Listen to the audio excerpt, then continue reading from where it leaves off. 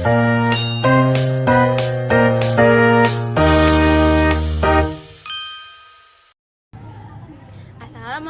warahmatullahi wabarakatuh. Saya Sosan Kirena Atmaja dari kelas 11 IPS ingin menjelaskan materi tentang kesenjangan ekonomi.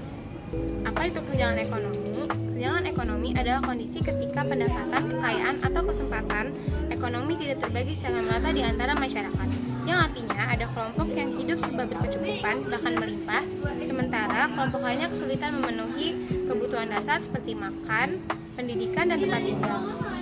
Kesenjangan ini bisa terjadi antar individu, antar wilayah, maupun antar kelompok sosial. Selanjutnya, penyebab kesenjangan ekonomi. Penyebab kesenjangan ekonomi yang pertama, perbedaan pendapatan. Pekerjaan yang berbeda memberikan penghasilan yang berbeda pula. Saat jaraknya terlalu jauh, kesenjangan semakin besar. Yang kedua, akses pendidikan yang tidak merata. Pendidikan berkualitas biasanya hanya dapat diakses kelompok tertentu. Padahal pendidikan menentukan jenis pekerjaan dan pendapatan seseorang.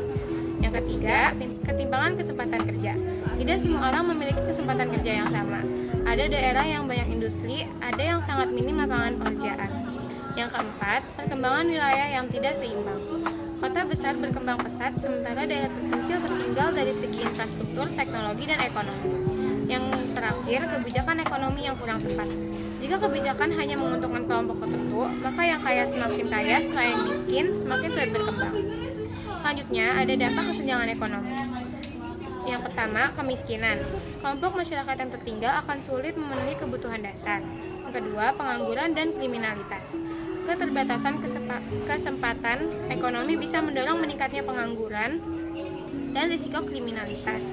Yang ketiga, ketidakstabilan sosial. Rasa ketidakadilan dapat memicu konflik dan menurunkan rasa persatuan. Yang keempat, pertumbuhan ekonomi terhambat.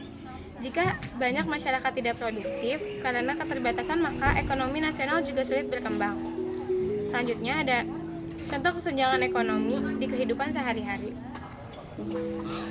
Yang pertama, warga kota dengan pendapatan tinggi bisa mengakses fasilitas kesehatan dan pendidikan terbaik, sementara masyarakat pedesaan harus menempuh jarak jauh untuk mendapatkan layanan yang sama.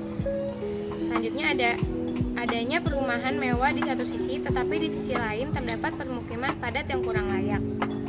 Yang terakhir, ada perbedaan gaji antara pekerja kerah biru dan kerah putih yang sangat jauh. Contoh-contoh ini menunjukkan bahwa kesenjangan ekonomi nyata dan dapat kita temui di sekitar kita. Selanjutnya, cara mengurangi kesenjangan ekonomi.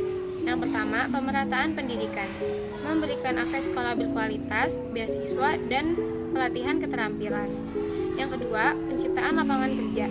Pemerintah dan sektor swasta perlu membuka lapangan kerja baru, terutama di daerah terpencil.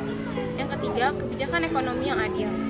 Subsidi, pajak progresif, dan program bantuan sosial bisa membantu kelompok yang kurang mampu. Keempat, pembangunan infrastruktur merata. Jalan, internet, listrik, dan fasilitas umum harus dibangun hingga ke daerah terpencil untuk membuka peluang ekonomi. 5. Pemberdayaan masyarakat. Pelatihan UMKM, akses modal, dan pendampingan bisnis bisa membantu masyarakat meningkatkan pendapatan. Kesimpulan dari materi yang saya jelaskan tadi adalah kesenjangan ekonomi adalah masalah yang kompleks tapi bisa diatasi dengan kerjasama antara pemerintah, masyarakat, dan dunia usaha. Dengan pemerataan kesempatan, kita bisa menciptakan kehidupan yang lebih adil dan sejahtera untuk semua. Sekian dari saya. Wassalamualaikum warahmatullahi wabarakatuh.